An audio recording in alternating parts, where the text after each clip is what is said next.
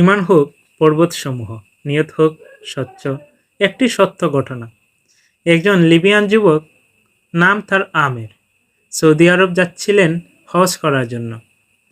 যেইমাত্র সেই এয়ারপোর্টে পৌঁছালো, তার নাম নিয়ে নিরাপত্তা সংক্রান্ত একটি সমস্যা দেখা দিল।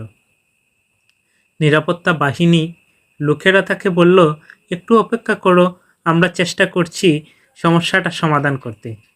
এই সময়ে অন্য সব হাজিরা তাদের প্রক্রিয়া শেষ করে প্লেনে উঠে পড়ল, আর প্লেনের দরজা বন্ধ হয়ে গেল। কিছুক্ষণ পর সমস্যা ঠিক হয়, কিন্তু পাইলট দরজা খুলতে রাজি হলো না। প্লেনে চলতে শুরু করলো এবং আমেরকে ফেলে রেখে উড়ে গেল।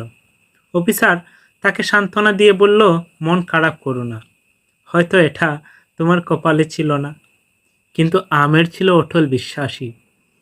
সে উত্তর দিল, আমার নিয়ত হজের, ইনশাল্লাহ আমি যাবই।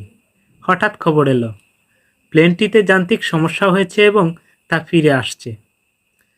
প্লেন ফিরে এলো, মেরামত করা হলো, কিন্তু তাও পাইলট আমেরের জন্য দরজা খুলতে রাজি হলো না।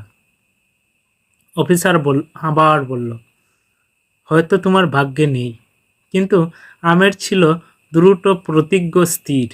সে বলল, আমার নিয়ত হজের, ইনশাল্লাহ আমি যাবই। প্লেন আবার উড়ে গেল। কিছুক্ষণ পর আরেকটি খবর এলো, প্লেন আবারও নষ্ট হয়েছে।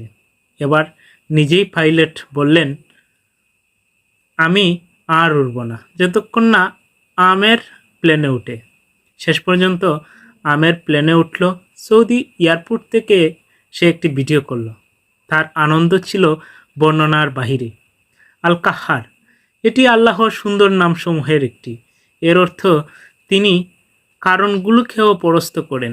আপনার জন্য সব নিয়ম ভেঙে দিতে পারেন কেবল আপনাকে সন্তুষ্ট করার জন্য।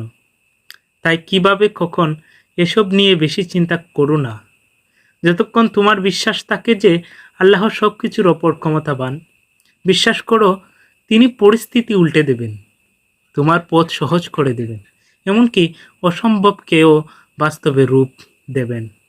শর্ত একটাই, নিয়ত হোক পবিত্র আর ঈমান হোক অটল।